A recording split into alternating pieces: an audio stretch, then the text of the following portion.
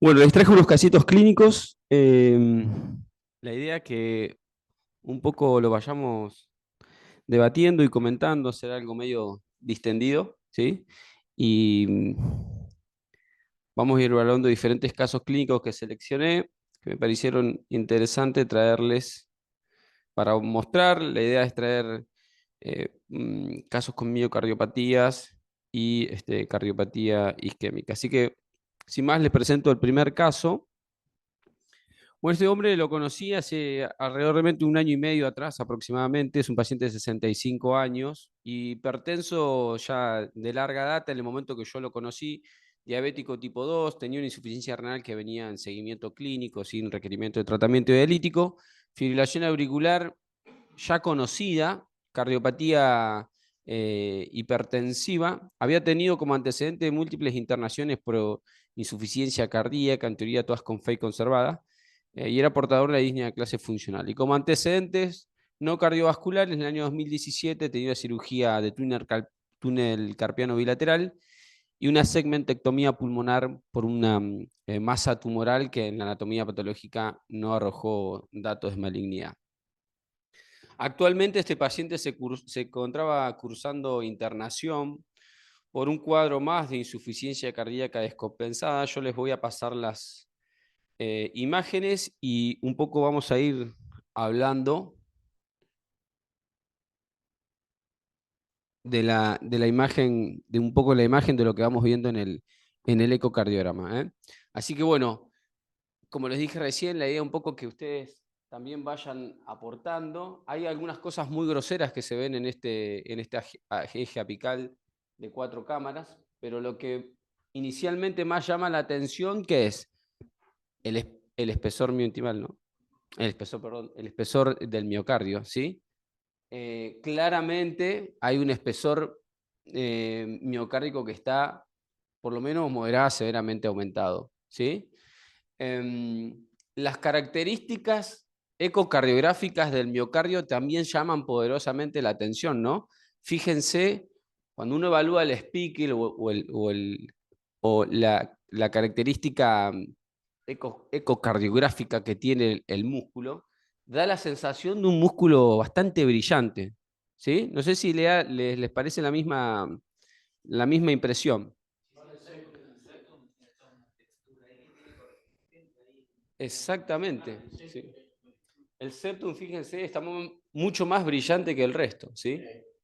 Y concordante un poco la zona más hipertrófica, ¿no? Porque uno, si tendría que evaluarlo, uno rápidamente pensaría en que esa zona por ahí es una zona un poco más afectada o más engrosada que el resto de los segmentos. Sin embargo, el resto de los segmentos también tienen hipertrofia. ¿Qué más llama la atención en esta vista de 4 cámaras? Eh, eh, ¿Cómo, Roberto? El espesor, debo decir. Sí, sí.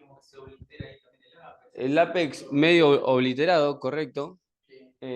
Las aurículas son aurículas que parecen ser grandes, ¿no? O sea, a simple vista hay una dilatación vía auricular. ¿Qué les parece el ventrículo derecho? La pared libre del ventrículo derecho parece estar más engrosada de lo normal, ¿no? Esto sin hacer ningún tipo de medición. Acá estamos deliberando sobre una vista apical, ¿sí? Parece estar más engrosada de lo normal. Fíjense la banda moderadora. También es una estructura anatómica del ventrículo derecho que parece también estar más engrosada de lo normal. Tiene un pequeño derrame pericárdico, no sé si lo ven ahí, si lo alcanzan a ver. Se ve bastante bien. ¿La función qué les parece? Si tendrían que hablar sobre función sistólica, ¿diríamos que esta función está conservada o hablaríamos ya de un deterioro de función sistólica, sin hacer ningún tipo de medición? Pareciera estar comprometida, ¿no? O sea que uno rápidamente diría, función sistólica conservada de este paciente probablemente no tenga, ¿sí? Bueno, la otra cosa que a mí me llamó la atención, que un poco lo que decía el doctor, es el lápex me impresiona que desplaza y que se engrosa un poco más que los segmentos basales. Es una impresión que me dio cuando yo hice este ecocardiograma, ¿sí? Los segmentos basales son segmentos que parecieran tener mayor compromiso desde motilidad, hablando siempre desde la motilidad, que los segmentos apicales, porque fíjense que los segmentos apicales prácticamente el ápex queda obliterado, cerrado, ¿sí? Se toca la pared del septo apical con el látero apical, prácticamente chocan ahí las paredes, lo cual está hablando de que hay un poco de mejor desplazamiento o engrosamiento en esos territorios, ¿sí? ¿Algo más le llama la atención de lo que hablamos? El tabique interauricular y la parte que vemos bien, que es la parte cercana a las válvulas de avena, me parece aumentado el espesor, ¿no? Exactamente, ahora vamos a ver. Es lo que dice, es esta zona del tabique interauricular, si bien acá se pierde un poco, pero esta zona inicial del tabique parece también estar engrosado, ¿no? Hiperrefringente, exactamente. Bueno, vamos a la segunda imagen, a ver si podemos ver a dónde nos lleva este ecocardiograma. Este es un eje corto, ¿sí? Vemos un poco lo que ya veníamos viendo desde la apical. Un ventrículo bien hipertrófico, fíjense, acá se ve un poco más de compromiso más simétrico, ¿no? Porque el septum, si bien está comprometido, también hay un compromiso de todos los segmentos inferiores, inferolateral, anterior. Lo que decía el doctor acá, engrosamiento de la pared libre del ventrículo derecho, fíjense que parece también estar engrosada, ¿no? Y hay un claro compromiso de la función sistólica en este eje corto, por ahí deja un poco de menos duda. Pequeño derrame pericárdico, que ya lo habíamos visto en la vista anterior, se puede ver acá laminar algo anterior y también algo laminar ahí, algo posterior. ¿Mm? Bueno, acá les traje una imagen. Cuando uno tiene un paciente con este grado de hipertrofia, lo que primero tiene que empezar a descartar si ese ventrículo está expuesto a condiciones de cargas que puedan justificar significativa hipertrofia. ¿Sí? ¿Estamos de acuerdo? Entonces, hay que empezar a descartar cosas que puedan justificar esto. ¿Tá? Los espesores parietales son claramente aumentados, fíjense, 17 de septum. Y la otra cosa que llama la atención, fíjese la cavidad, lo que es la cavidad en diástole de ese ventrículo izquierdo es una cavidad muy pequeña. ¿Por qué? Porque la hipertrofia fue hacia adentro predominantemente. Entonces eso hace que en telediástole el paciente tenga una cavidad relativamente pequeña. La válvula aórtica es una válvula que está engrosada, pero no parece tener una patología significativa. Por lo menos desde esta imagen frisada podemos ver una válvula que es trivalva y que la apertura parece estar respetada. Sin embargo, tiene algún grado de afectación porque fíjense que tiene zonas de engrosamiento. También el derrame se ve bien. Se ve también correcto el derrame ahí, pequeño derrame pericárdico. Hay algunas veces que la orejuela, la orejuela izquierda ahí más marca la. Sí, Hay veces que se ve muy, se despliega, cuando está la auricular dilatada, a veces la vemos muy, muy bien. sí. No que podamos diagnosticar el trombo, Mm, pero hay veces que se despliega. exacto. Incluso desde el 4 cámara a veces se ve perfectamente igual el cuernito que hace la orejuela aurícula izquierda, ¿sí? Y lo que decías vos, es una vista que hacemos frecuentemente cuando hacemos el trasofágico. em, Cuando uno se va a hacer el mapeo completo en todos los grados de la orejuela, justo una de las vistas que buscamos es hacer esta, que habitualmente entre 0 y 20 grados. No es la más frecuente que usamos, pero sirve mucho a la hora de hacer todo el mapeo de la orejuela de la aurícula izquierda. Bueno, ¿algo más? ¿Algún comentario más? Fíjense acá el ventrículo derecho. ¿Lo ven? Ventrículo derecho que claramente no es un ventrículo derecho que estuviera normal. Vayan pensando en su cabeza hacia dónde vamos con este paciente. Recuerden que era un paciente de 65 años con antecedente de una historia larga de hipertensión arterial. Ahora, pensemos si sus condiciones de carga podrían justificar todo lo que tiene este paciente en un paciente que tiene internaciones por insuficiencia cardíaca con FEI conservada en forma recurrente. Claro que la hipertensión, por más no controlada que esté, semejante hipertrofia. Es raro encontrar Es raro encontrar una cardiopatía hipertensiva en este estadio. ¿Sí? Es verdad que por ahí los espesores parietales en las cardiopatías hipertensivas son menores a los espesores parietales que estamos encontrando en este paciente. Pero hay algunos datos más que vamos a ir viendo también. Exactamente. Ya tenemos varios datos que nos hacen pensar a nosotros que esto puede ir para otro lado, ¿sí? Ya dijimos que había dilatación vía auricular, ya dijimos que la característica del tejido, ¿sí? o de la refringencia del músculo era rara, ¿sí? Ya dijimos que había también un compromiso del septum interauricular y había engrosamiento de ese ventrículo derecho. ¿Tá? Entonces ya hay un montón de herramientas que nos están haciendo pensar que este paciente podría tener otra cosa y no solamente una cardiopatía hipertensiva. La aurícula está dilatada, no tengo medido los volúmenes en la aurícula izquierda en esta imagen frisada, pero le daba por volumen una aurícula que estaba severamente dilatada. Y las dimensiones de la aurícula derecha, fíjense que casi son similares a las de la aurícula izquierda, con cual estamos hablando de dilatación severa vía auricular. ¿Estamos? Estos un poco se los traje para que veamos qué función diastólica tiene el paciente. No tengo las mediciones en foto, se las agregué al lado a las mediciones en la foto, pero para que vean claramente que obviamente que encontrar una función diastólica normal en este paciente sería una rareza, ¿sí? Y este paciente en realidad lo que tiene es todos signos de disfunción diastólica. Las velocidades tisulares están todas por debajo de valores normales. Esto tiene exactamente, tiene una fibrilación auricular. Por eso en el trazado, en el flujo mitral, ven una onda E que es monofásica, ¿sí? Y en el trazado, acá se ve el Doppler, el trazado tanto del anillo lateral como del anillo septal. Velocidades todas bajas, ¿no? Acá yo puse velocidad onda E menor a 5.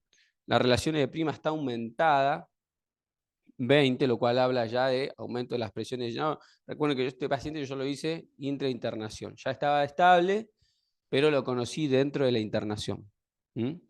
La onda S tisular, que me habla de función sistólica, como habíamos dicho inicialmente, ya habíamos hablado de disfunción sistólica. Y la onda S tisular también bajita. Recuerden un poco estos números porque después vamos a volver un poco a estos números de vuelta. ¿Sí? Función sistólica del ventrículo derecho también comprometida. Fíjense, tiene una excursión sistólica del plano anillo tricuspidio por debajo de los parámetros normales, es menor a 17, tiene 14 milímetros, lo cual habla ya que ese ventrículo no solamente que está engrosada esa pared, sino que también ya hay un deterioro de la función sistólica de ese ventrículo derecho.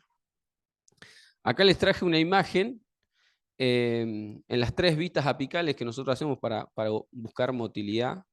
La realidad es que el compromiso, si bien era difuso, me impresionaba que ese apex se movía un poco más que el resto de los segmentos medio basales. Esa era la impresión que me daba cuando evaluamos inicialmente este paciente, y esta vista se la traje para que vean que la hipertrofia comprometía difusamente a todo ese miocardio, ¿sí? Y esto son las curvas de deformación cardíaca, de strain. Encontrar en un strain normal, en un paciente de estas características, es raro, ¿sí? Este strain, fíjense que tiene un compromiso difuso de la deformación, fíjense que tanto los segmentos basales como los segmentos apicales, pero un poco reproduce lo que veíamos al ojo. Es decir, si bien hay una deformación apical, hay una deformación global que está comprometida, los segmentos apicales parecieran ser, como en esta imagen, un poco más, tener mejor deformación que los segmentos medio basales. ¿Lo pueden ver? Fíjense que los segmentos basales y mediales, fíjense que globalmente manejan un strain muy por debajo de lo normal. Les diría que estos pacientes, cuando manejan strain tan bajos, menor a 10, habitualmente ya hay algún componente fibrótico. Y los segmentos apicales tienen una mejor deformación, pero así todo también está comprometida. ¿Sí? Esta imagen es muy característica, la van a encontrar como gradiente ápico-basal, en el strain la van a encontrar como apical sparring, en el basal, y no es patognomónica, pero sí es altamente sugestiva de enfermedad infiltrativa amiloide del ventrículo izquierdo. ¿Sí? Digo que para diagnosticar esto yo necesito más herramientas, porque hasta aquí tengo muchas cosas para sospecharlas, pero me faltan herramientas para confirmar mi sospecha diagnóstica. ¿Sí? Inicialmente, cuando hicimos el estudio, dijimos, bueno, este no es claramente una cardiopatía hipertensiva, me parece que acá hay otra cosa que nosotros no estamos viendo. ¿Sí? Y acá le traigo, esto es un poco para que lo tengan en cuenta, se los traje en el medio del caso clínico, para que lo tengan presente. ¿Cuándo sospechar amiloidosis cardíaca? Y esto es un poco las banderas rojas o semáforos rojos, como lo quieran llamar.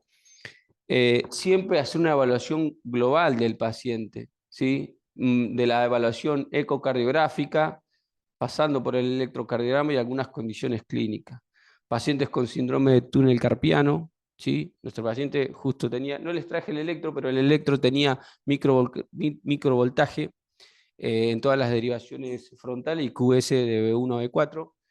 El ecocardiograma que ya se lo mostré, el strain, que en este caso parecía estar un poco más preservada la punta de la deformación, pero con compromiso global. Y la resonancia, que también nos da alguna información que nos ayuda a sospecharla, a confirmarla. Esta es la resonancia de este paciente. Fíjense un poco ese 4 cámaras en la resonancia estaba un poco confirmando todo lo que nosotros ya habíamos visto. ¿Sí? Que hay un músculo bien hipertrófico, hipertrófico entre comillas. Exactamente. Hipertrófico, nosotros hablamos de, perdón, de espesores parietales aumentados, pero a veces uno en la inercia siempre habla de hipertrofia. Está mal hablar de hipertrofia de estos pacientes, porque la hipertrofia... Exactamente. Porque acá, anatomopatológicamente, lo que hay es infiltración por tejido amiloide en el músculo, no hay hipertrofia de ese músculo, ¿sí? Entonces, hablamos entonces de espesores parietales marcadamente aumentados, si quieren. El ventrículo derecho también se ve en la resonancia con cierto grado de compromiso, poco menos que lo que, que nosotros veíamos en eco. Esto que ven más blanquito alrededor de la cavidad del corazón es el derrame pericárdico, que nosotros también ya lo habíamos visto, ¿sí? ¿Qué información nos da la resonancia y qué característica tiene el realce tardío? ¿Sí? Porque el realce tardío por ahí nos puede inclinar un poco la balanza. La amiloidosis, la afectación difusa subendocárdica es muy característica de la amiloidosis, pero no es un patrón patognomónico, en el sentido de que pueden haber otros patrones, como son el parcheado difuso y afectación difusa, incluso transmural del ventrículo izquierdo, que es un poco lo que tenía este paciente. No tenía el patrón subendocárdico típico, sino más bien una cosa de afectación más difusa y parcheada. Por alta sospecha le solicitamos esto, que es un centellograma con pirofosfato, ¿sí? Para terminar de confirmar lo que nosotros ya fuertemente sospechamos. Fíjense en la imagen, se puede ver claramente una hipercaptación de la silueta cardíaca, del radiofármaco, en comparación con el hemitórax contralateral. ¿Sí? Cuando esta hipercaptación es más que la del hueso, es mayor a la del hueso, ya hablamos de un grado 3. Y esto es diagnóstico. Así que este paciente lo que tenía no era una cardiopatía hipertensiva, sino lo que tenía era una cardiopatía infiltrativa amiloidótica de tipo transtirretina, porque se le pidió también cadenas livianas que fueron negativas, y el SPEC confirmó amiloidosis por TTR. No tiene estudio genético, pero a la edad de este paciente dimos por hecho que esto tranquilamente estamos frente a una amiloidosis de tipo senil o white tap o tipo salvaje, Lo más probable es que haya empezado por hipertensión, por algo hipertensivo. Seguramente, tenía 9 años de historia de hipertensión arterial, pero siempre se trató y se interpretó como tal. Actualmente el paciente está recibiendo tratamiento, ya hace largos meses, viene con buena evolución clínica, por lo menos no tuvo nueva internación, este paciente se internaba 2 veces por año, no tuvo nueva internación por insuficiencia cardíaca, y ha mejorado la clase funcional.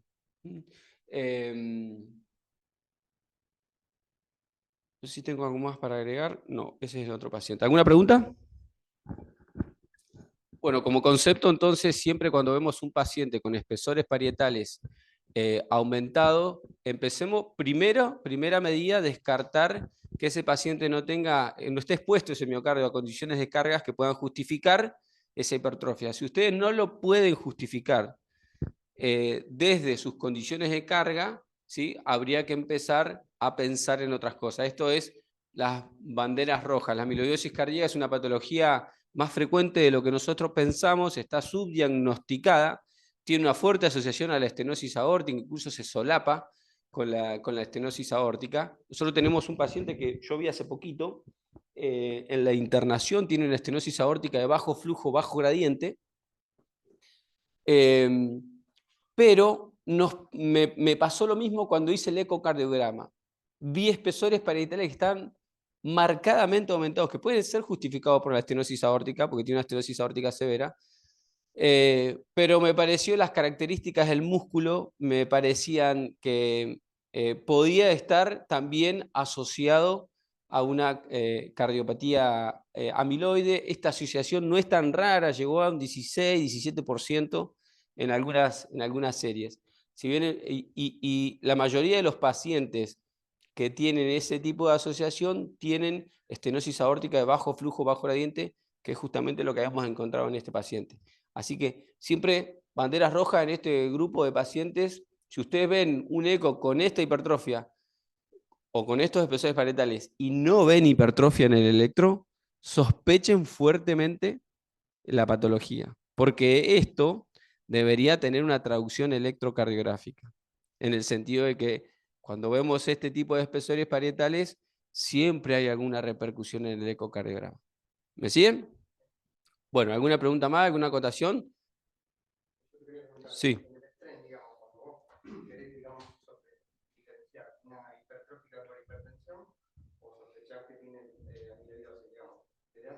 O sea, siempre podés ver eso que se dibuja en el medio, que tenés más marcado el látex, más que todas las partes, y que lo diferencia de lo que es lo hipertensivo, o no sea. La imagen típica en amiloidosis es esa banderita de Japón que ustedes ven. Si bien no es patognomónica, es lo que habitualmente vemos en el strain. A diferencia de la cardiopatía hipertensiva, que la cardiopatía hipertensiva no tiene un patrón característico en el strain. Puede tener un strain totalmente normal, pero es raro encontrar el gradiente ápico basal en el strain en una cardiopatía hipertensiva. Si es una cardiopatía hipertensiva avanzada, probablemente tenga un compromiso más difuso de la deformación, pero no vas a encontrar ese gradiente ápico, ese apical sparring característico de la amiloidosis en la cardiopatía hipertensiva. Pero aparte hay otras cosas, por eso yo, desde lo ecocardiográfico, vos tenés que contextualizar todo lo que vas viendo para sospecharla, ¿sí? Porque ya la mayoría de las cosas las nombramos. Tenía derrame pericárdico, tenía dilatación vía auricular, tenía una función diastólica marcadamente comprometida, tenía un sparkling del miocardio que es raro, los espesores parietales estaban por arriba de 16, que es raro encontrar en una cardiopatía hipertensiva. Entonces vos desde la bidimensionalidad, vos ya encontraste muchas herramientas que te hacen pensar que ese paciente tiene otra cosa, ¿sí? Más que pueda justificar esos espesores parietales y no solamente pensarlo como que es un miocardio expuesto a condiciones de carga muy elevada, ¿sí? Y aparte el compromiso derecho, que lo vimos en el ecocardiograma, ¿sí? El derrame pericárdico es muy frecuente, Yo de las amiloidosis que he visto, la mayoría tenían derrame pericárdico. Bueno, no sé si quiere aportar más, Claudio, quiere aportar, no, si avanzo. Vamos con otro paciente. Bueno, esto es una paciente joven de 46 años. La vi hace unos años, me llegó al consultorio de ecocardiograma, no era paciente de consultorio mía, simplemente le hice un ecocardiograma. Joven, 46 años, no tenía ningún antecedente cardiovascular. El estudio se lo solicitaban, como yo siempre interrogo a los pacientes, más o menos me fue pasando algunos datos, se lo solicitaban por episodios de palpitaciones que eran frecuentes y se asociaban a sudoración y a mareos. El síntoma era bastante claro lo que refería a la paciente. Me refirió que le habían encontrado extrasístoles ventriculares en un electro que se había realizado. Yo le saqué foto al electro que me trajo ese día, que no, era una tira muy cortita de electrocardiograma, pero que no vi ninguna extrasístoles ventriculares. Sí me llamó la atención estas derivaciones de B1 a B4. Tenía, fíjense, el voltaje del QRS bastante bajo, con una T negativa que llamaba la atención o que llegaba hasta B5, y fíjense como un trastorno de conducción de rama derecha, pero medio atípico, ¿no? Bajo voltaje, no era concluyente. Sí me llamó la atención la T negativa de B1 a B5 que habíamos en este electro. Bueno, yo les voy a mostrar el ecocardiograma de esta paciente para que ustedes me vayan diciendo qué es lo que ven, ¿sí? Eje paraesternal largo, ¿qué es lo que más llama la atención en este eje paraesternal largo? Exactamente. El ventrículo de las cavidades derechas, rápidamente, cuando uno ve esto, dice, bueno, las cavidades derechas, algo no está bien. Fíjense las dimensiones que tiene ese ventrículo derecho en relación al ventrículo izquierdo, ¿sí? Claramente hay una dilatación marcada del ventrículo derecho. Bien. ¿Qué más?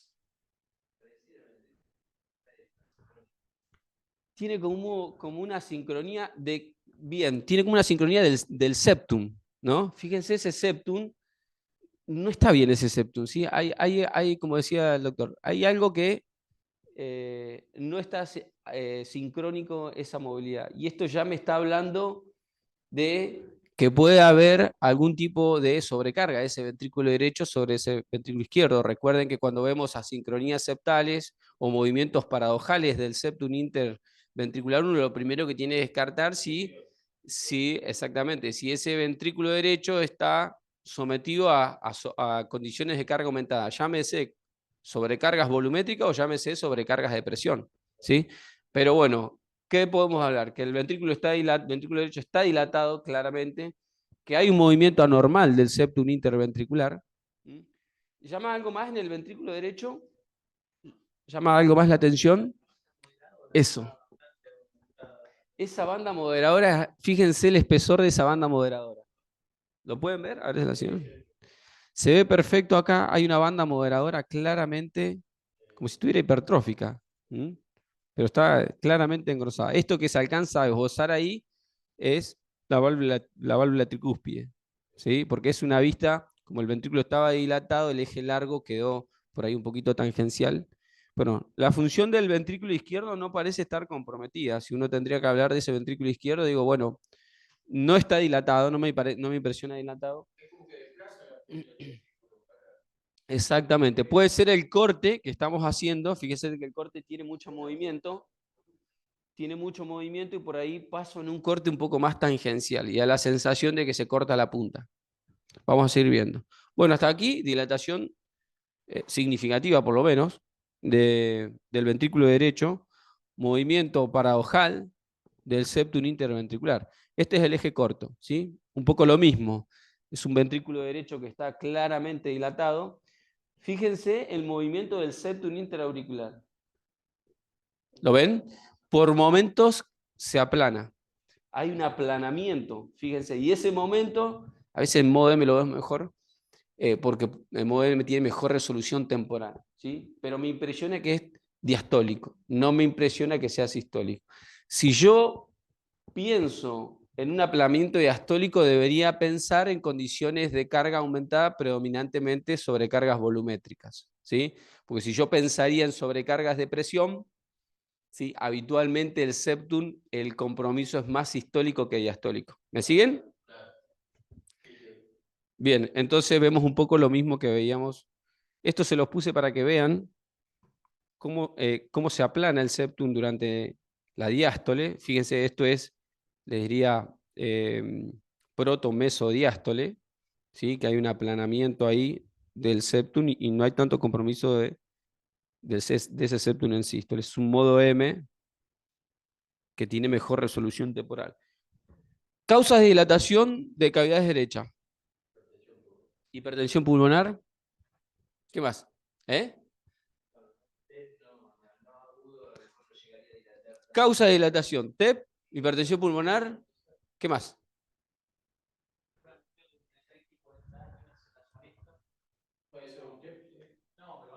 Antes, más frecuente. Mujer joven con cavidades derechas dilatadas. Con ventrículo izquierdo, porque con ventrículo izquierdo preservado. ¿Sí? Cavidades derechas dilatadas, ventrículo izquierdo. Más frecuente. Epten es más, pero no es tan frecuente.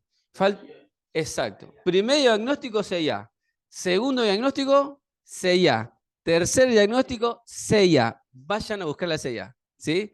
No se queden con que el paciente no tiene ese septum no está íntegro.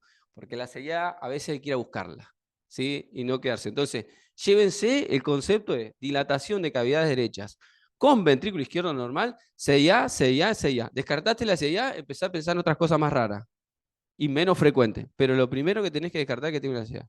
Vamos a ver si tiene una CIA este paciente. Este es el flujo pulmonar.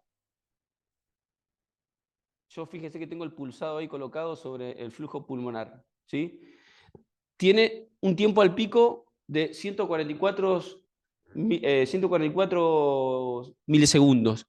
Tiene aumento de las resistencias pulmonares, tiene TEP, tiene hipertensión pulmonar, tiene un tiempo al pico que está dentro de los parámetros normales, más de 100. ¿Está bien? Más de 100.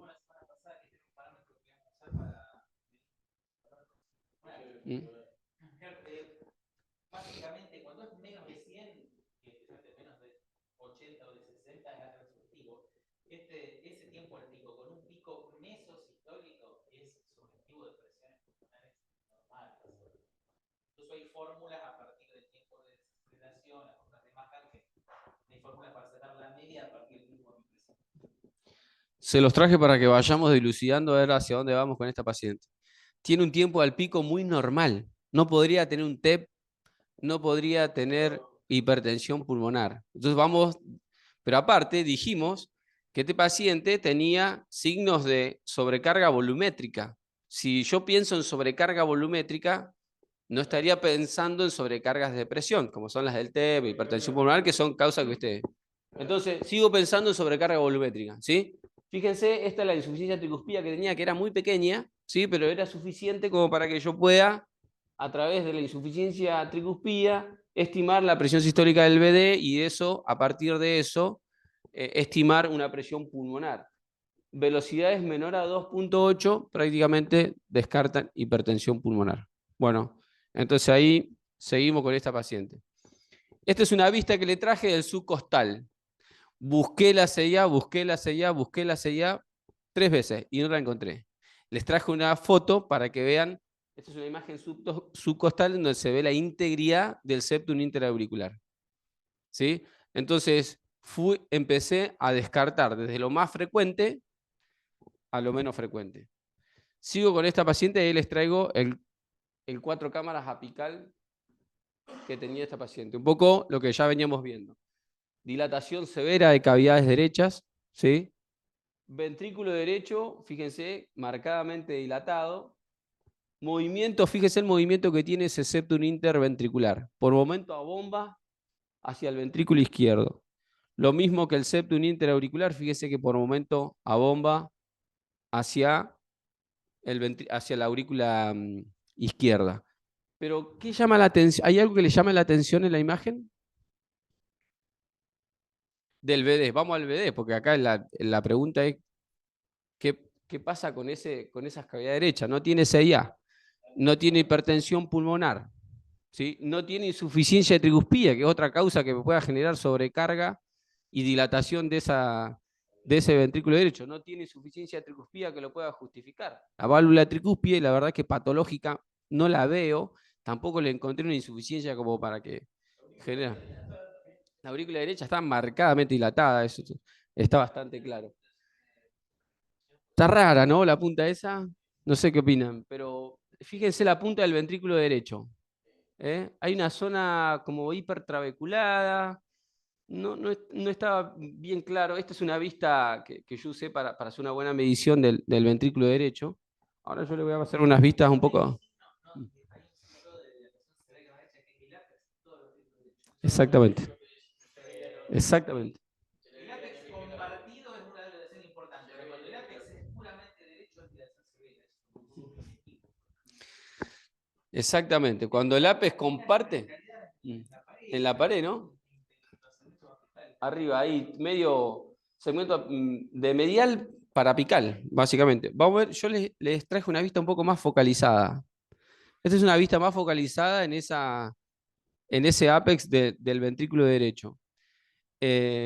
Fíjense, zonas adelgazadas, por momentos más hiperrefringente, como si hubiera una zona fibrótica, y medio esas formaciones digitaliformes, ¿sí? Tipo aneurismas de la pared libre a ese nivel. ¿Lo pueden ver? Vemos acá, lo vemos acá. Es un ventrículo derecho y esta es la imagen, la última imagen que les traigo, para que vean ese ventrículo derecho.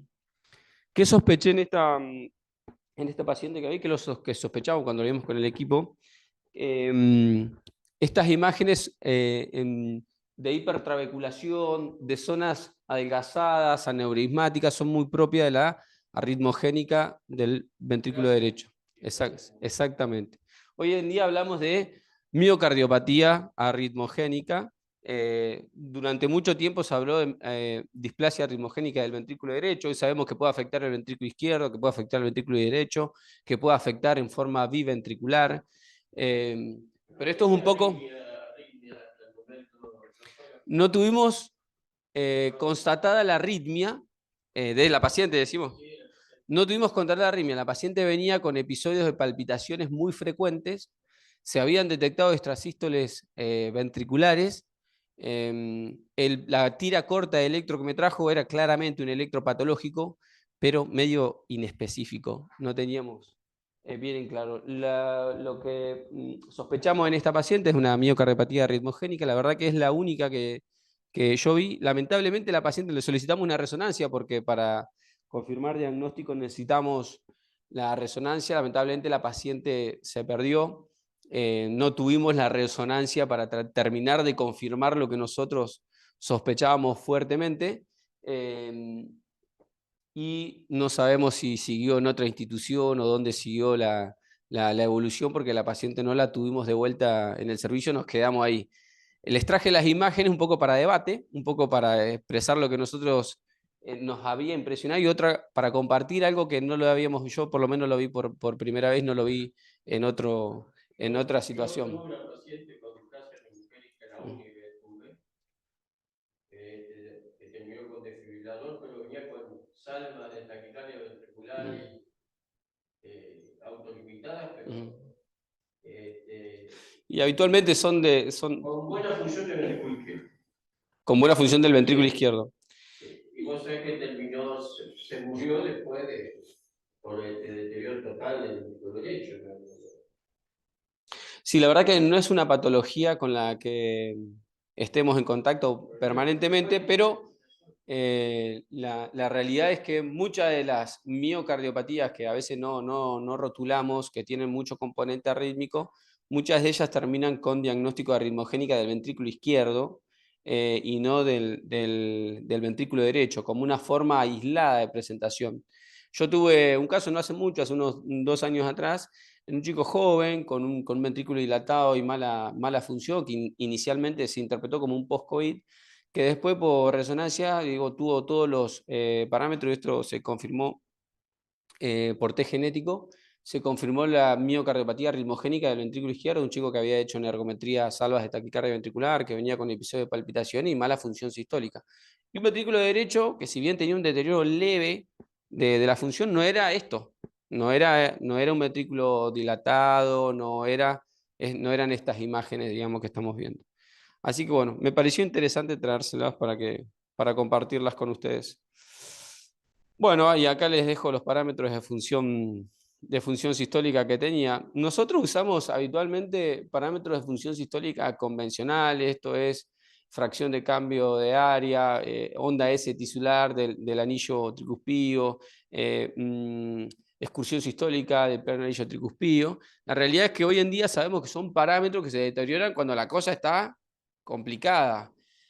No encontramos todavía, si bien hay varios estudios que hablan de acoplamiento ventrículo arterial como mejor parámetro de marcador temprano de disfunción sistólica. ¿Por qué le digo esto? Porque hay muchas veces, el caso de esta paciente, que si probablemente le hacemos un eco 3D o por resonancia le calculamos la fracción de eyección, que es un método un poquito más preciso que estos parámetros, que no nos sorprenda que tenga la función sistólica por esos métodos que son un poco más precisos deteriorada. Sin embargo, esta paciente, por los métodos convencionales, no tenía disfunción sistólica. Pero bueno, el cálculo de la FEI por resonancia, el cálculo de la FEI por eco 3D, que ha avanzado muchísimo, los cálculos del acoplamiento ventrículo arterial son marcadores más tempranos de disfunción sistólica que los parámetros que nosotros utilizamos En ese tiempo convencionalmente. no teníamos cálculos de resonancia. Estoy Eh, hablando de 30 años. de tu paciente me hablas. Sí, sí, ni hablar. Mucho más herramientas para ser más preciso. Bueno, vamos a pasar a otro casito. ¿Alguna pregunta? ¿Estamos bien? Bueno, les traigo, a ver, voy a avanzar, así te dejo más lugar. Quiero mostrarle algo que me parece interesante. Voy a pasar este caso clínico, después de última, para dejarte un poquito de tiempo, margen, ¿dale? Porque tengo dos casos clínicos más. Así.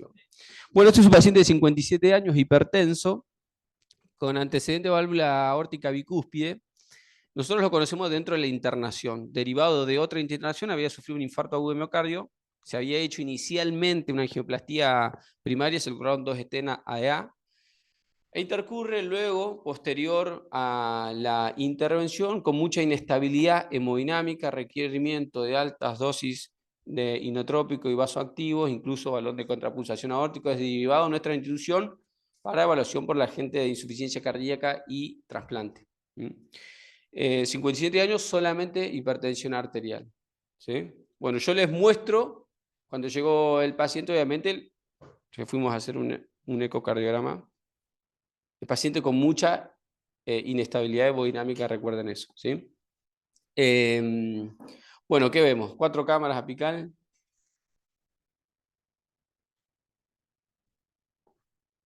¿Cómo lo ven? La punta Está claro, ¿no? Acá.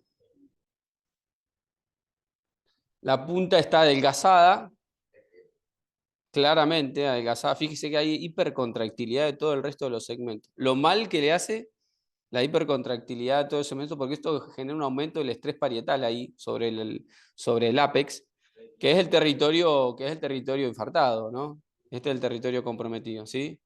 Hay aneurisma, claramente, eso no hay duda, ¿no? Hay deformación cistodiastólica, o sea que esto no es una disquinesia del ápex, sino que la deformación tanto en diástole como en sístole ya me habla de un aneurisma focalizado bien ahí en el ápex, ¿sí? El resto de los segmentos, fíjense la hipercontractilidad que tiene. Recuerden que este paciente estaba con droga vasoactiva, con inotrópicos, dosis altas. ¿Algo más? Aparte de lo que se puede ver ahí. A ver si... Yo le puse un poco de tisular, a ver si podían definir mejor ese ápex. Me llamaba la atención que no podía ver bien toda la pared del músculo. ¿Sí?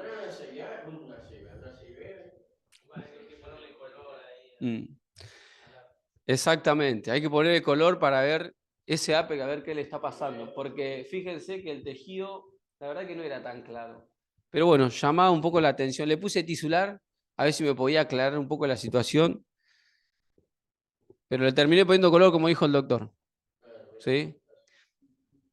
Fíjense, ¿tiene una? ¿Qué les parece?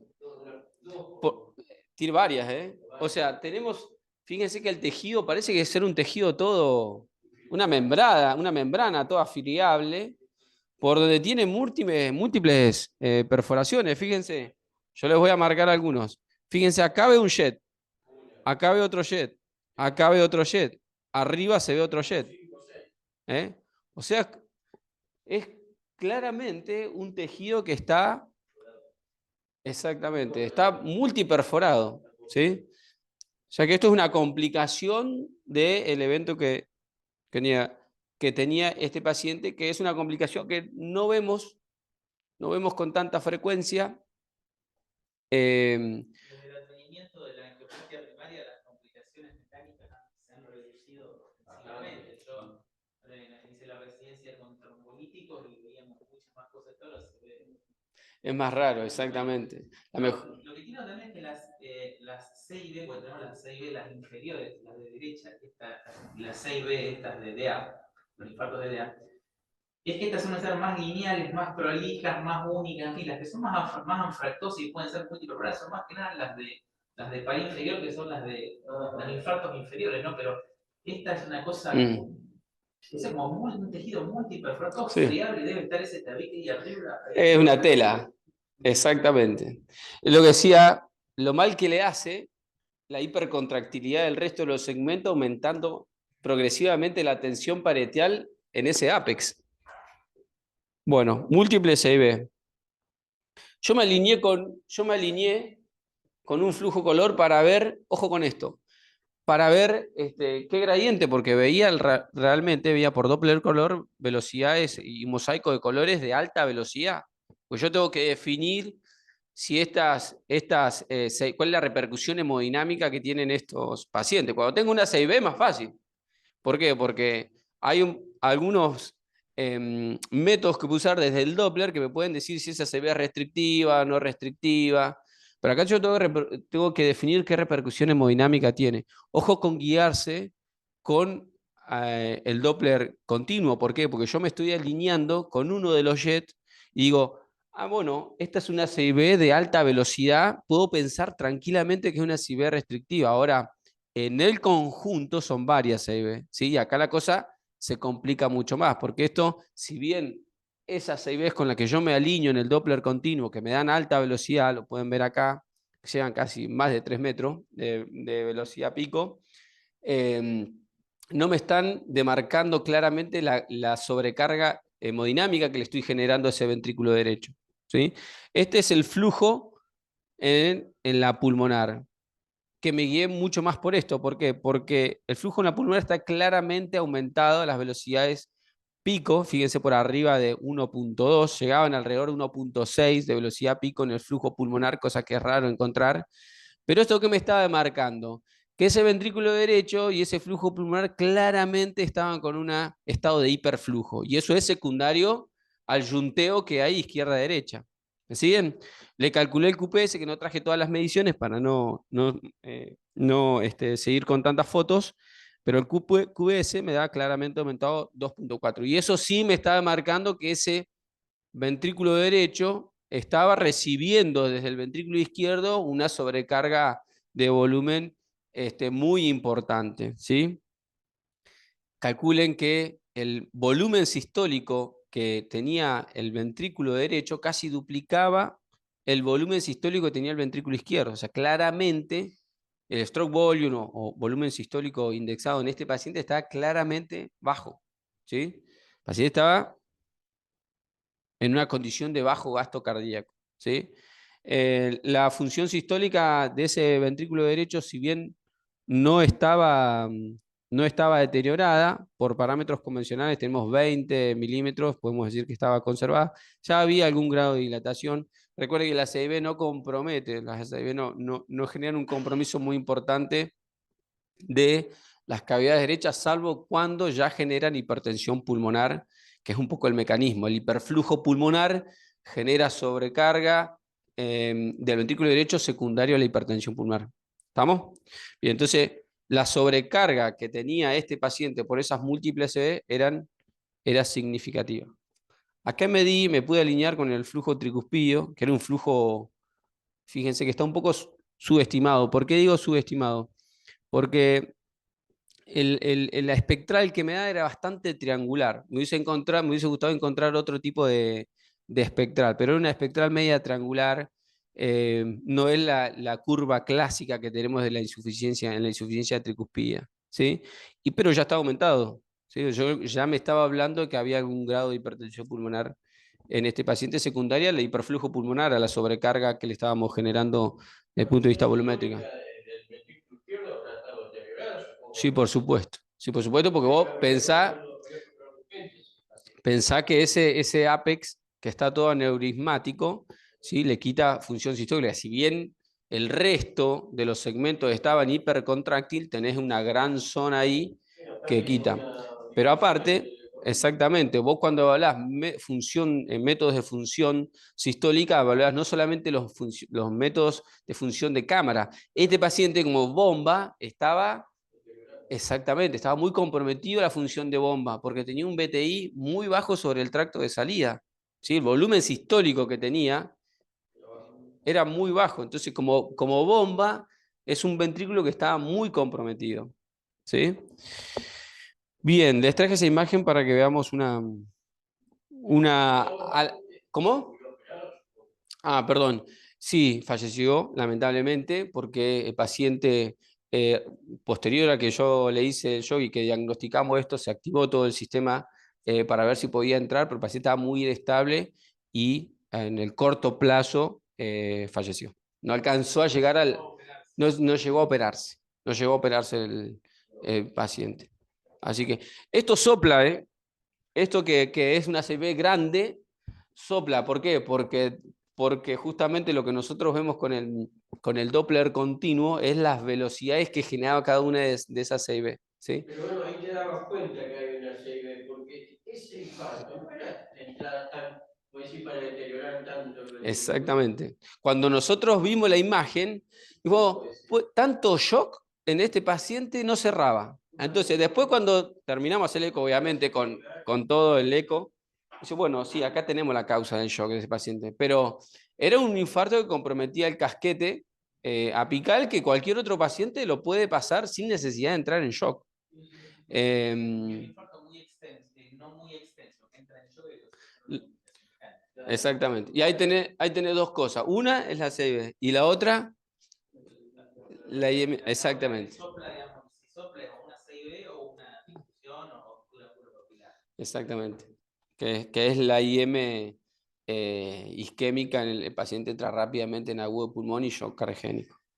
Bueno, vamos con otro último casito y ya lo dejo a Claudio.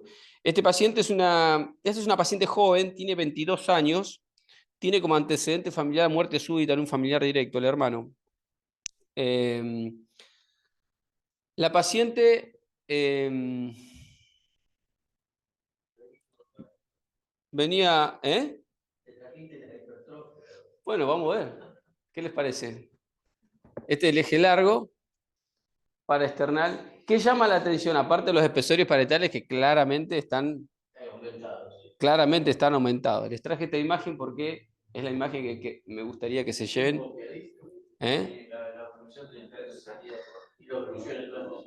Bueno, exactamente.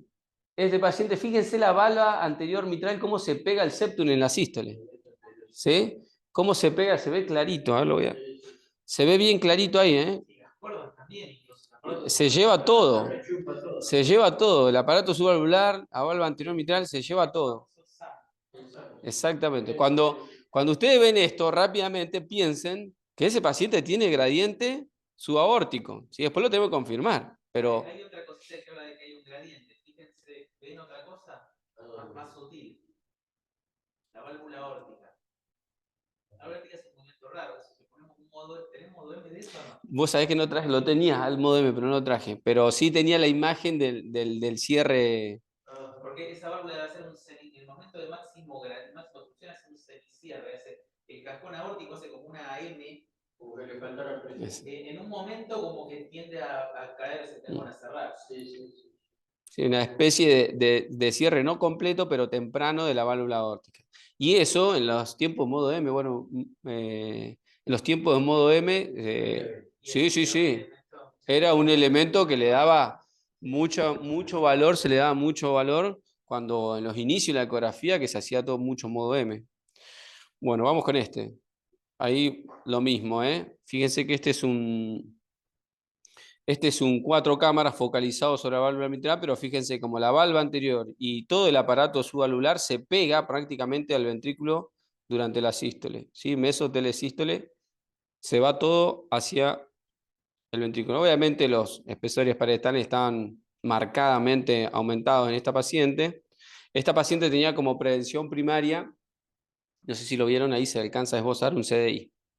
Lo que sí parece es bastante, a ver, es septal, pareciera asimétrica, pero tiene los espesores difusan en todos los lados, ¿no? Hay un compromiso difuso, claramente, que parece predominar el septum. Las mediciones que hice me dieron 20, a ver, acá la tengo, 25 y 19. O sea que es una hipertrofia significativa. Decimos que para ver si es, digamos, para ver si es concéntrica, esto es concéntrico, ¿no? Recuerden hacer la pared posterior por 2 sobre el diámetro del tórico del BI, eso si es más informativo es concéntrica. Ahora, para ver si es septal asimétrica, hay que hacer una cuenta también. ¿Cómo sabemos si es, para ponerle el nombre de septal asimétrica o es puramente simétrica? Entonces, la relación entre el septum y la pared posterior, si es mayor de 1.3, eso se le llama asimétrico, ¿no? Y se dice más de 1.5 en hipertenso. No suelen serlo, pero si es más de 1.3 septum dividido por el posterior, podemos hablar de septal asimétrico.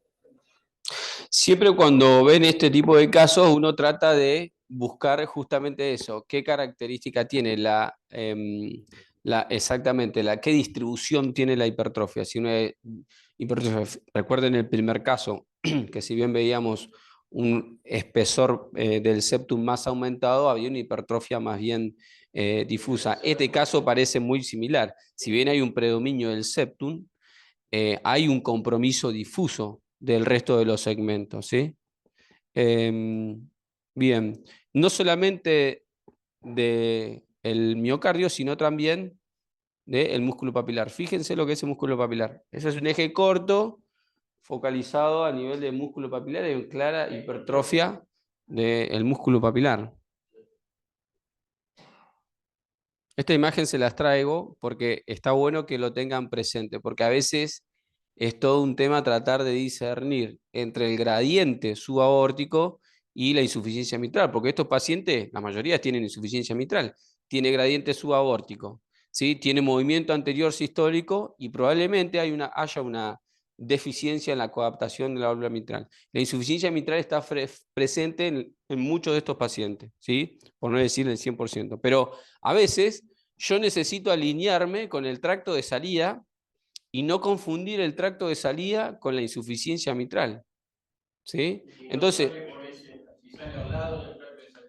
como en este caso, fíjense, la insuficiencia mitral, si yo me quisiera alinear con el tracto de salida, necesito levantar un poquito más la cola del traductor y alinearme. Pero ¿qué me pasaba? Cuando me alineaba con el tracto de salida, se me metía la insuficiencia mitral. Y la insuficiencia mitral, como ustedes saben, maneja velocidades pico sistólicas en condiciones normales por arriba de 5 metros. Eso me puede hacer confundir a mí entre un gradiente subaórtico y un gradiente de la insuficiencia mitral, ¿sí? ¿Qué tengo que ver? ¿A dónde está la clave? En la espectral, ¿sí? ¿Por qué? Porque si el gradiente es subaórtico, ¿qué morfología va a tener? ¿Va a ser más triangular? ¿Sí? El pico debería ser más tardío, triangular y tardío, meso o tele, ¿sí? La forma de daga es muy característica, pero no la vemos siempre a esa daga linda. A veces vemos formas triangulares con pico tardío. Eso es muy típico del gradiente subaórtico. Ahora, ¿la insuficiencia mitral da esa característica? No. La insuficiencia mitral tiene una forma más roma, ¿sí? El pico es bien meso, ¿sí? No es triangular, ¿sí? Entonces, fíjense en este paciente. Me costó un poco, pero a la izquierda el gradiente subaórtico, que era significativo, 99 milímetros de mercurio basal, ¿sí?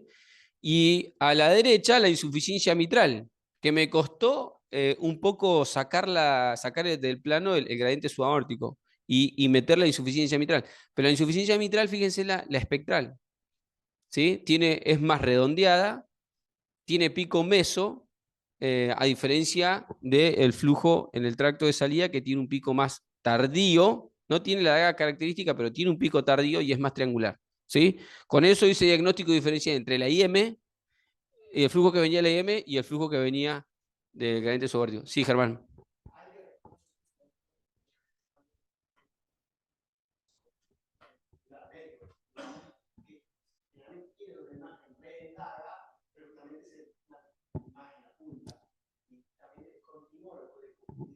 Exacto.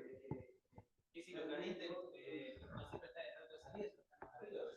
Exactamente. Lo ve que a nivel medio, bueno, hay que medirlo donde el color nos marque, nos oriente, ahí alinearse y más ventricular, más medio ventricular. En el nivel de los músculos familiares,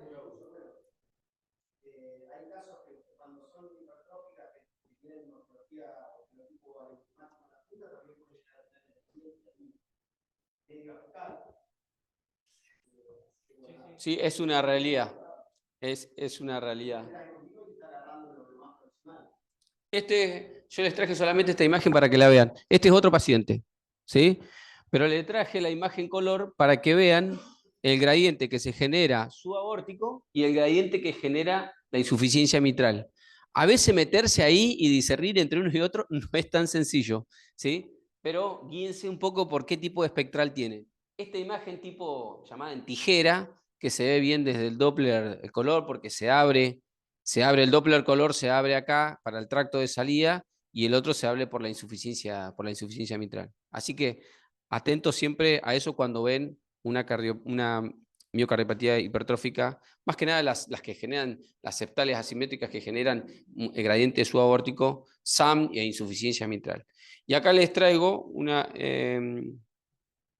esta es una paciente que igual vi hace mucho tiempo, el año prepandemia, fue este ecocardiograma, una chica joven que ya tenía diagnóstico genético de cardiopatía hipertrófica, pero se los traje para que vean, cuando hablamos de una hipertrofia extrema, de qué se trata. Lo que llama la atención en esta chica es que hay mucho compromiso del septum, pero hay muy poco compromiso del resto de los segmentos. No sé si lo pueden ver. Todo lo que es el septum anterior, incluso la pared anterior, tienen un compromiso significativo.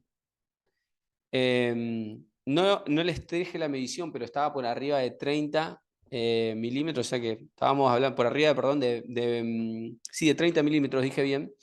Era una hipertrofia extrema, pero con muy poco compromiso de la cara inferior e incluso inferolateral. Esta paciente estaba en plan se le hizo una resonancia que lamentablemente no la pude traer a la imagen porque tenía mucha fibrosis sobre el territorio más afectado. Si el monto fibrótico era muy alto, por eso decidió colocarse un CDI, exactamente, como prevención primaria, si bien la paciente no había referido grandes síntomas. Y después los dejo con lo que decía un poquito, a ver si puedo salir acá. Les voy a mostrar una imagen más y con esto ya terminé. ¿Cómo estamos? ¿Estamos bien? Yo tengo 10 minutitos. Dale, listo. Quiero mostrarle un poco lo que hablábamos recién.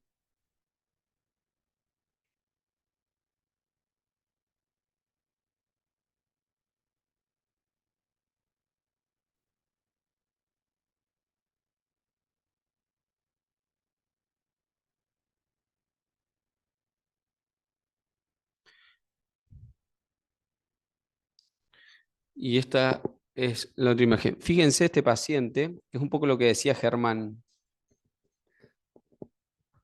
Fíjese el Doppler color y compárenlo con el paciente que vimos anteriormente. Este paciente, bueno, no, la última imagen era un paciente les quería mostrar la imagen nomás. Era un paciente con diagnóstico de Fabry, con una fenocopia, una miocardiopatía hipertrófica, porque inicialmente se pensó como una miocardiopatía hipertrófica hasta que se hizo los estudios genéticos, actualmente en tratamiento, con reemplazo enzimático, y tenía gradiente muy clásico medio ventricular, como es el que comentaba Germán. No era el gradiente subaórtico clásico que estamos acostumbrados a ver, pero a veces suele pasar. Y les voy a agregar una situación más. Los pacientes críticos que cursan intervención en terapia intensiva por inestabilidad hemodinámica, con requerimiento de vasoactivos inotrópicos, que están en condiciones de precarga, pero que tienen una función sistólica conservada, también les puede pasar lo mismo. Es decir, generar gradiente incluso medio ventricular o en el tracto de salida por un ventrículo que está realmente desprecargado, deshidratado, y porque no tiene el aporte de volemia suficiente y tiene mucha droga. Que no se haga el diagnóstico fisiopatológico, Claro. se le ponga inotrópicos al paciente y ahí terminamos de. Ahí lo termina, exactamente, ahí lo termina de complicar. Tomamos, listo. Bueno, compartimos rápidamente algunas imágenes. Este es un paciente con un infarto de cara anterior. Fíjense, había tenido, ¿no? Fíjense, nos encontramos con estos ventrículos tan remodelados. Tenía además un bloqueo RAM izquierdo. O sea, está todo, aparte de estar akinético, está todo asincrónico, ¿no? Todo lo que es la pared anterior y el septum. Y hasta tiene también el defecto segmentario se extiende acá, que esto ya no es un territorio de DA, ¿no? Este hombre tenía. Un poquito de hiperrefringencia. Claro, es más una micropatía, parece que el sitio isquémico. O sea, el septum, ponele, yo me esperaría en un paciente que tenga esa felicidad, con esa expansión, se quiere decir septal, que tenga fibrosis. Sin embargo, tiene como un poco de cruzamiento. Sí, sí, sí. Isquémico puro. Sí, no recuerdo exactamente, pero a ver, si está bien lo que dice Germán. Si vamos a suponer que no conocemos nada del paciente y apoyamos el traductor y vemos esto, es verdad que los ventrículos tan remodelados, tan dilatados, tan asincrónicos, uno se orienta más a otro tipo de miocardiopatías, ¿no? Más que a la isquemia. Este hombre tenía enfermedad coronaria, bueno. Y en dos. Tiene la cara inferior. A ver, de ahí derecha como mínimo, de ahí derecha como mínimo. Pero bueno, fíjense a veces qué difícil que es. Lo que parece, seguramente la circunfleja es el vaso que mejor tiene, porque por lo menos acá vemos que contrae lo que es anterolateral y es lo mejorcito que tiene, ¿no? Es probable que tenga 3 vasos y dos de ellos ocluidos o subocluidos y la circunfleja ahí irrigando y dando circulación colateral, ¿no? Pero fíjense que a veces es bastante complejo en estos casos, digamos, la descripción de la motilidad en este paciente, ¿no? Y esto sí ya. Este paciente sí ya es ven un miocárdico también más puro, totalmente esférico. Sí, fíjense, este hombre tenía corones normales, pero fíjense que tiene un área como de fibrosis subendocárdica ahí arriba. Fíjense hasta que emite como una pequeña sombra acústica, ¿no? Parece como un poco descompactado acá los segmentos también inferoceptales.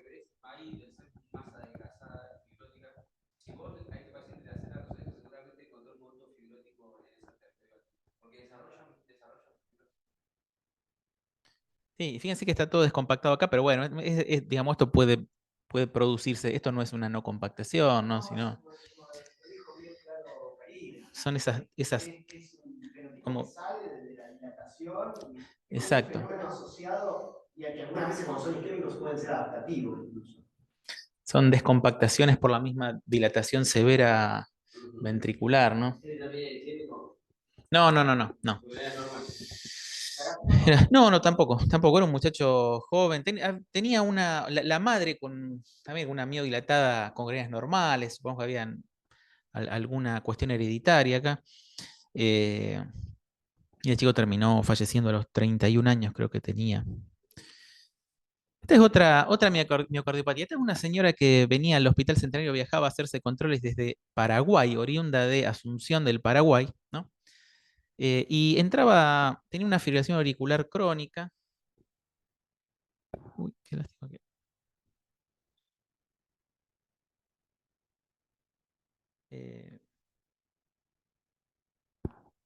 Pero no sé por qué.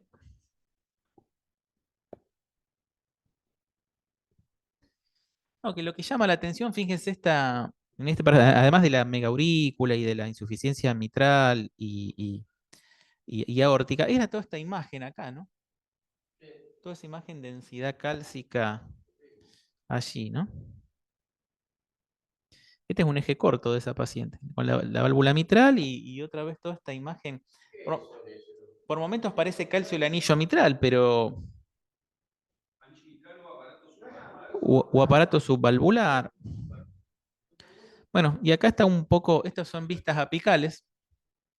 Fíjense, tiene toda una calcificación. ¿Por qué no sé por qué?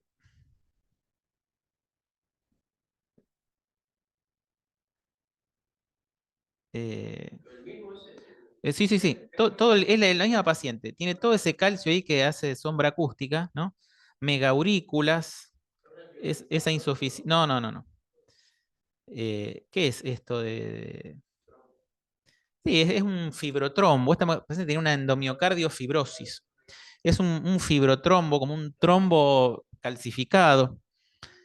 Que es una de las únicas, digamos, acá tiene una característica ese trombo fibrotrombo, que es la única causa de trombo con apex normocontráctil es la endomiocardio-fibrosis, porque después los trombos son de las aquinesias, disquinesias o neurismas isquémicos o chagásicos en este medio, ¿no? Pero si no, de lo contrario. Es una patología que en nuestro medio por ahí no estamos tan más No vemos mucho. en Centroamérica, por ahí podemos encontrar. En áreas más tropicales.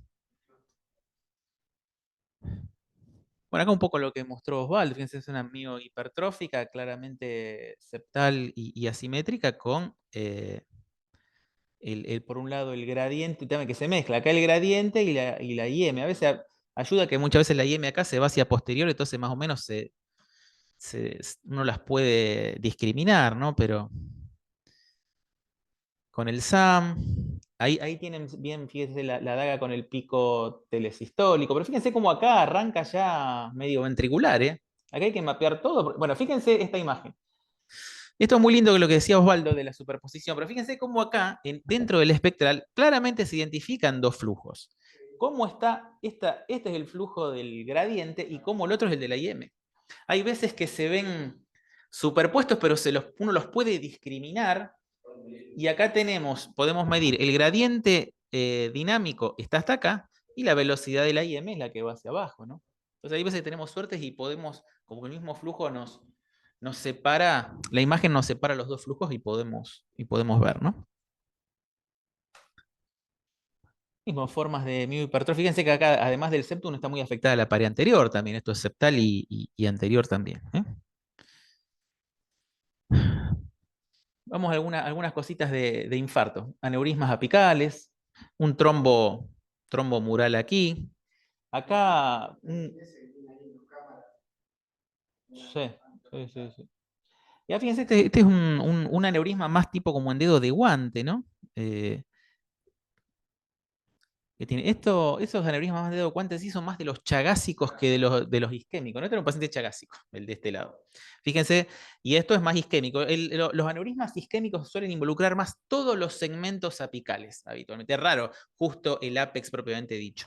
Sino que los isquémicos hacen más todo este compromiso de todos los segmentos apicales. Cuando vean esto en dedo de guante más puntual ahí, es más de los chagásicos. Bueno, fíjense acá lo que tenemos. Este es un caso un poco complejo porque este es un paciente con un infarto, allí de la pared inferior e infralateral, o sea, infero-posterior.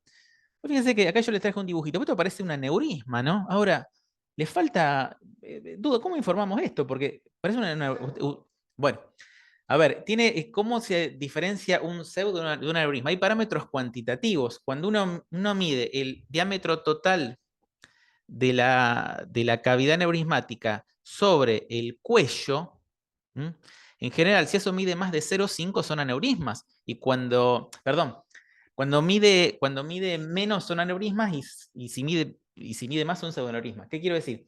Los pseudoaneurismas tienen una boca angostita y mucho mayor diámetro la cavidad del aneurisma. Los aneurismas verdaderos es casi igual, es como que la boca y el aneurisma miden el mismo diámetro. Entonces, esto parece un aneurisma. Ahora, Tiene una lesión en sacabocado, acá le falta pared. Esto parece más un pseudoaneurisma, porque en realidad no tiene... A ver, la diferencia es que el pseudoaneurisma no tiene todas las capas. El pseudoaneurisma es un ventrículo roto. Esto yo creo que tiene pericardio acá nomás. Pues yo creo que... La imagen parece como que el pericardio conteniendo. Esto parece pericardio conteniendo una ruptura. ¿Para vos qué es? Bueno, por eso. Mira, fíjate que allá Para la mí, primera imagen tiene. empezó como un aneurisma. Ahora, Ujú. después lo que fue, no sé, pero para mí el origen es un aneurisma. Sí, claro que parece incluso como un desgarro, pero ¿dónde está lo que falta? Ahí lo único que puede pasar también, que está bien, vos lo angulaste y me estás mostrando de todas las vistas, pero muchas veces cuando se producen ese tipo de aneurismas en ese territorio, que incluso hasta lo único que lo muestra bien es la resonancia. Es como que se ve así como si, digamos, si tuviese un desgarro, una falta de continuidad que en definitiva en el septum interventricular se sabe ver. Quiero decir con esto que, digamos, si yo veo ese tipo de fenómenos en el septum interventricular, o sea, no estoy hablando de pseudoaneurisma, estoy hablando de aneurismas. Y se ve justamente pre-CIB isquémica. Yo, para mí, para hacer un pseudoaneurisma tendría que expandirse en sístole mucho más, porque obviamente no tiene, o sea, el estrés es muy alto a ese nivel, entonces tendría que expandirse más. Pero sí, es claro que llama la atención eso. Ahora, yo tengo un paciente que lo mostré la otra vez con una resonancia y que no le podía encontrar el porqué, y en el septum se veía justamente así, lo mismo que vos ves en la pared lateral. Pero bueno, yo creo que es que nos está engañando un poco y es un aneurisma, propiamente dicho desde el principio. Llama la atención ahí el corte ahí truncado, Tal ¿no? cual, De sí. la pared. Es que hace un escalón. Sí. Hace un escalón, ¿no? Es una imagen que da para la discusión de... Porque otra cosa podría pasar que a la vez estés agarrando una parte parcial, por así decir, de volúmenes prestados y que se vean así. Pero en aquel se ve sobre todo, en aquel de la izquierda, ahí se ve como que tuviese, se ve como que tuviese pared miocárdica, adelgazada y en parte fibrosa. Sí, es probable. Sí, sí, no, esto es un eco ya que le hacemos de control unas semanas después al paciente. Yo no recuerdo en agudo la imagen, pero esto fue un control alejado, digamos, ¿no?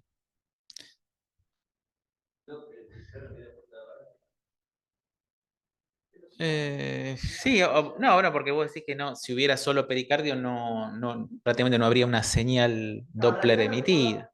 Perdón, Sí, podría haber sido. que nunca lo hablamos es el Doppler de potencia, o el Power Doppler.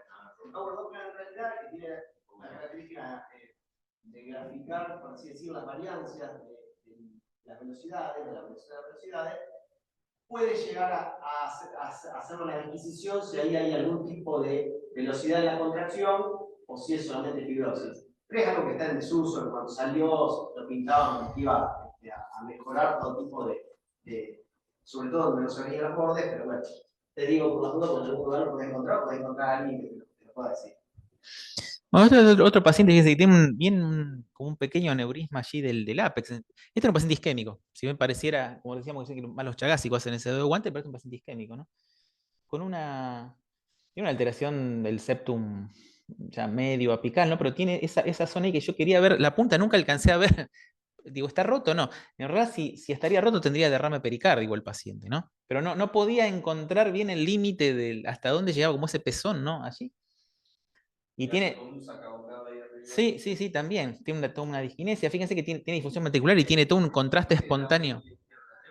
No, es prestado, es prestado. Es prestado, es prestado. Sí tiene contraste espontáneo acá porque tenía disfunción ventricular, ¿no? Pero bueno, distinta forma de presentarse los aneurismas isquémicos, ¿no? Bueno, y esto es lo que hablábamos que era cuando un paciente entra en shock y sopla post-IAM, o es una CIB o es esto. Esto es un músculo papilar roto. Fíjense cómo prolapsa hacia la aurícula izquierda. Acá se ve la cabecita del músculo papilar, ¿no? Con toda esa IM severa.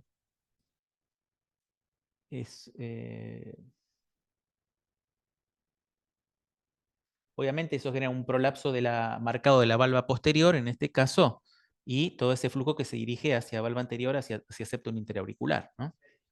Esto no es simple de ver. Hay veces que se arranca un fragmento de la cabeza, a veces todo el músculo papilar, pero es claramente ver esa pelotita adherida a una de las valvas y prolapsando a la aurícula izquierda, es claramente una ruptura muscular posguiana. Entonces se operó y anduvo bien. Bueno, ¿y acá qué ven?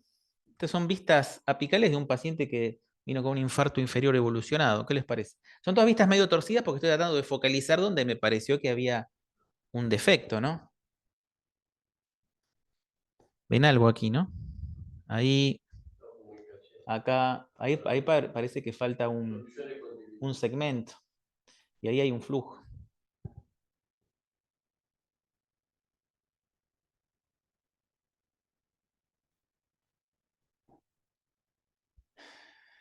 Este es otro paciente que le falta un pedazo de tabique allí, ¿no? Y se ve todo ese flujo de izquierda a derecha. Acá fíjense, estas no son ventanas convencionales. Fíjense que parto desde una apical ahí, lo voy angulando para tratar de ver bien la comunicación interventricular. Un paciente que vino con un infarto inferior y... Justamente el ventrículo derecho está como un poquito desplegado, que se ve la banda moduladora medio como retirada, y eso muchas veces por la sobrecarga de volumen implica la CIB al ventrículo derecho.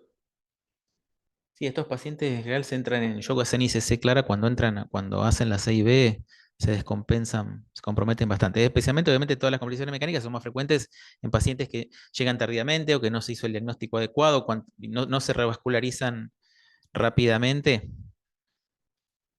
También era más frecuente en la época de los trombolíticos tardíos, se escribían todo el tema de lo que es ruptura de pared libre y ruptura de tabique interventricular, se escribía mucho en pacientes que se trombolizaban ya fuera o en los límites de la ventana, especialmente en personas eran mujeres añosas, bajo peso y trombolíticos casi fuera de ventana, eran los factores de riesgo de complicaciones mecánicas, ¿no? Pero ya les digo, hoy se ven bastante menos. Este es el mismo paciente del último, desplegado allí. Fíjense que ahí también se ve desde una vista succifoidea. Es prácticamente de donde mejor se ve ahí de la vista succifoidea. Fíjense el sacabocado. Observen acá cómo en un momento se ve que se ve como todo un sacabocado ahí, ¿no? Miren. Parece eso. Parece como un aneurisma septal con una ruptura. Anatomopatológicamente son más hemorrágicos.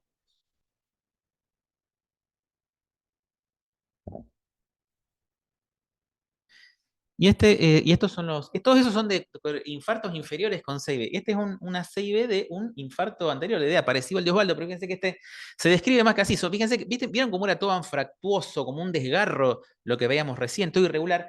Los de DEA, las CIB que son por DEA, se describen como más lineales. Fíjense cómo es esta, que acá está. Bien, los trayectos, obviamente son bastante más fáciles de corregir esto, pero fíjense cómo está ahí. Bien entre la zona, como si fuera entre el tabique, más o menos, que mueve bien y con el área que justamente se producen ahí, por un mecanismo de cizalla entre el segmento del tabique o de pared, que se normocontrae justo en el límite entre el área necrótica y el área normocontráctil. Ese mecanismo de cizalla genera la ruptura y la comunicación interventricular. Tienen los dos tipos de C y B, ¿no? Bueno, con esto finalizamos por este año y estamos en contacto para avisarles cuando reiniciamos en marzo y las actividades.